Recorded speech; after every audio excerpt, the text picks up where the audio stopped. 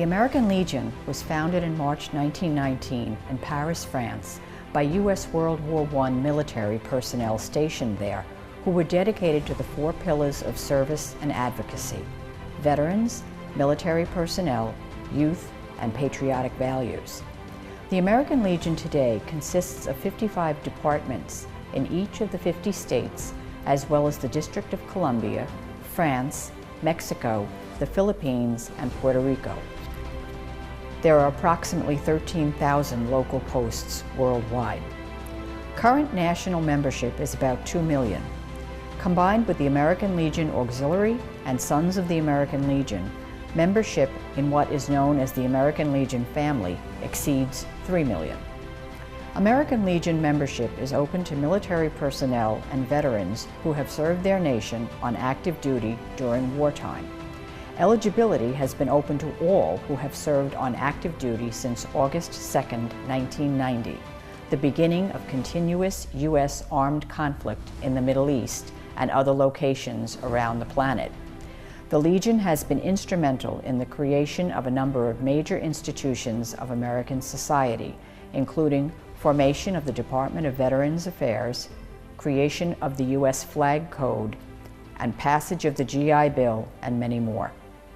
American Legion posts annually donate more than 3.7 million hours of volunteer service in their communities, provide assistance on more than 181,000 VA benefits claims and cases, donate more than 80,000 pints of blood to collection centers nationwide, which makes the Legion the nation's single largest blood donor, awards more than 8,000 medals to junior ROTC students, sponsors more than 2,500 scouting units serving more than 64,000 young people, and awards more than $4 million in college scholarships. The American Legion will mark its 100th anniversary with a 15-month celebration running from its national convention in August 2018 through Veterans Day 2019. Here in Peekskill, the American Legion Post was started in the year 1919. It was enacted after World War I, when veterans who served in the military came home from the war and needed help. The original charter for Post 274 was signed on August 15, 1919. The first post commander was Elbert Bagley. In 2012, the American Legion Post 274 was renamed to honor a resident and Vietnam veteran killed in action. U.S. Air Force Captain Oliver C. Chase, Jr. was a lifelong Peekskill resident and died on July 22, 1965, when the aircraft he was piloting crashed in South Vietnam. He was 33. Well, that was my wife's brother. He died in 1965. He was a fighter pilot.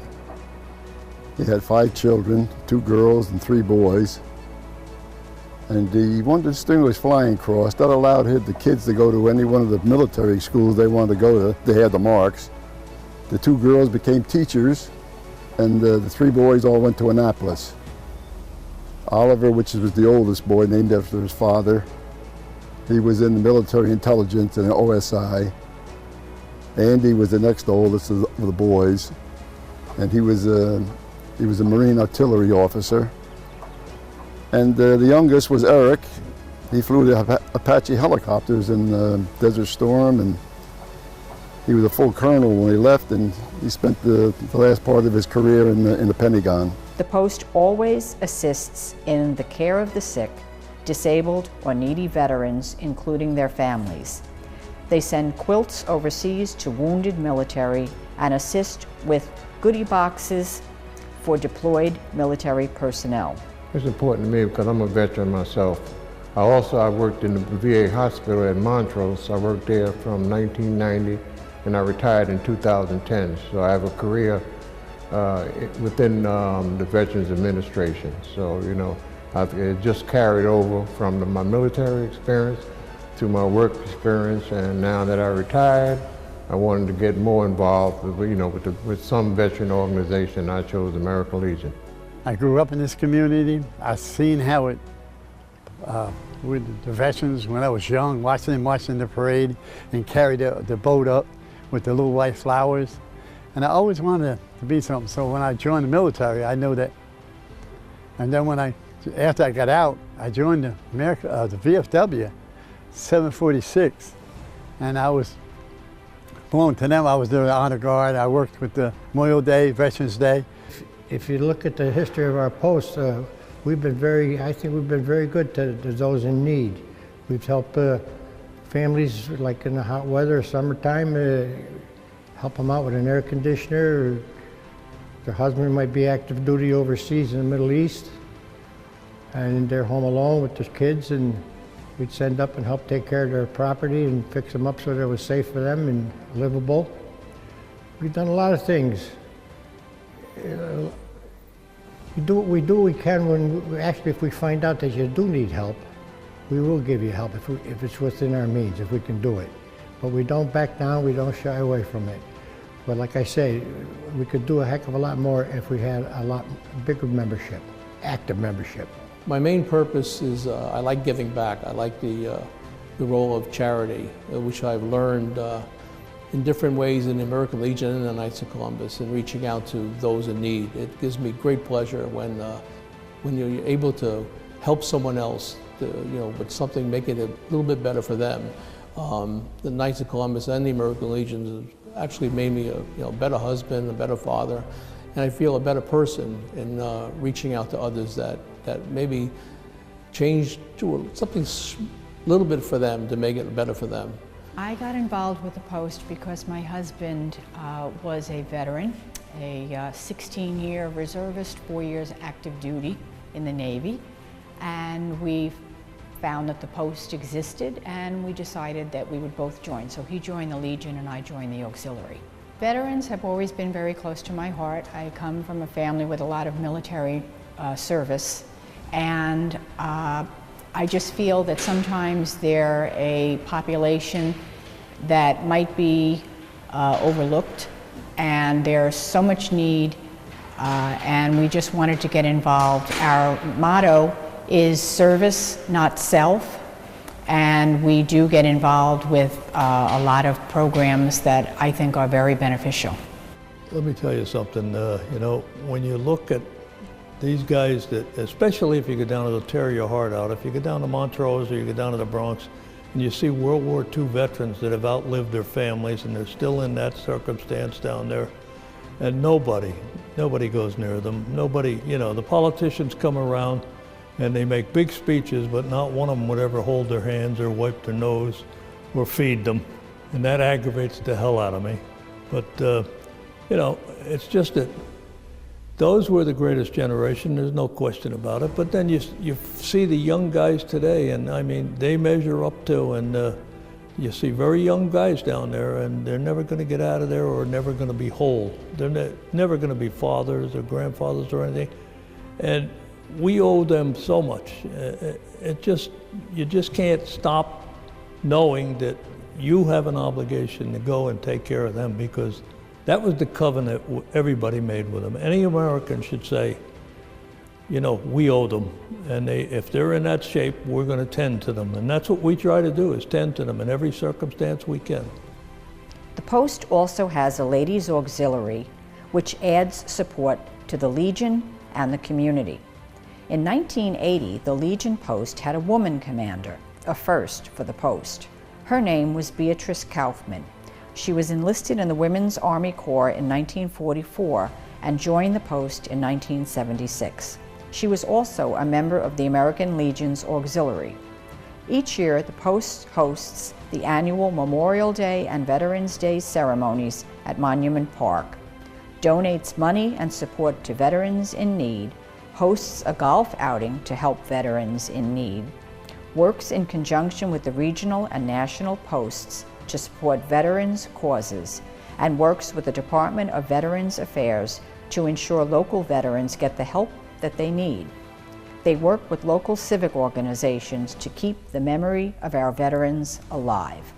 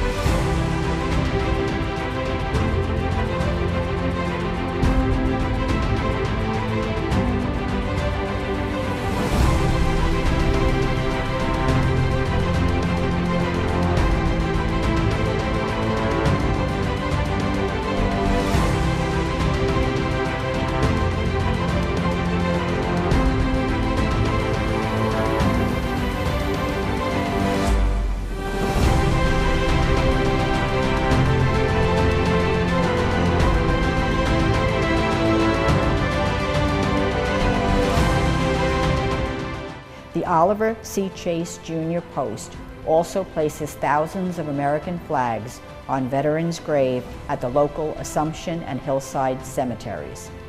The Post also places wreaths on the graves at holiday time under the Wreaths Across America program. Our members also do incredible work. On average, each year, they help nearly 3 million veterans, contribute $36 million toward veteran and military families, volunteer 9.3 million hours to support veterans programs, contribute more than $2 million to programs benefiting children and youth, and volunteer 630,000 hours for active duty military. Volunteers are always needed. Along with this post and a lot of other posts, the amount of personnel is getting less and less all the time, and we could use the help. For once, I'd like to say to all the veterans, we have a lot of veterans that are here in Peekskill, and I just want to reach out to them to join the American Legion Post 274. You know, it's just extended duty. You're going to help other veterans, you know, and it's very rewarding. And please, as the county commander, I'm asking you, please come down and come in and listen to the pitch, listen to what goes on here and what do we do for the veterans. I can go on and talk about, we had one soldier that we paid partially for his mortgage for his condo. We had a lady that needed air conditioning. We took care of that. We had people pay the Con Ed bill. We paid the Con Ed bill. It's to help the veterans that need help. There's three words I always use: God, family, and country. If you have a God, you believe in your God, then you got your family, because God helps you with your family. Family, if you raise them right and live right and do it right by the right way of living in this country, then you got what? Your country. We always need volunteers. You know, any service group, you know, depends on their membership. And we're out there now on this Sunday, June 9th, we're having an open house here, looking for volunteers, looking for any veterans that are not members of the American Legion to please join us. Come join us, come see what we're all about. Hopefully there'll be something that you'll find interesting to do, and you can help us serve our veterans and serve the community as well. You know what, I mean, of course the president way back said it way better than me. The country that fails to remember their people who have served will be forgotten themselves. You can never give back what was given up by the people who went in to serve. You can't give it back. And especially if they ended up down in the Veterans Hospital wounded, or they ended up coming home in a shape that mentally they weren't able to focus and everything. We have an obligation, and that's the reason you got to get out there and you got to keep people focused and remembering and remembering and remembering. And they also have to just look at the families and so forth and say, I'm going to help that family. I'm going to do something for that family.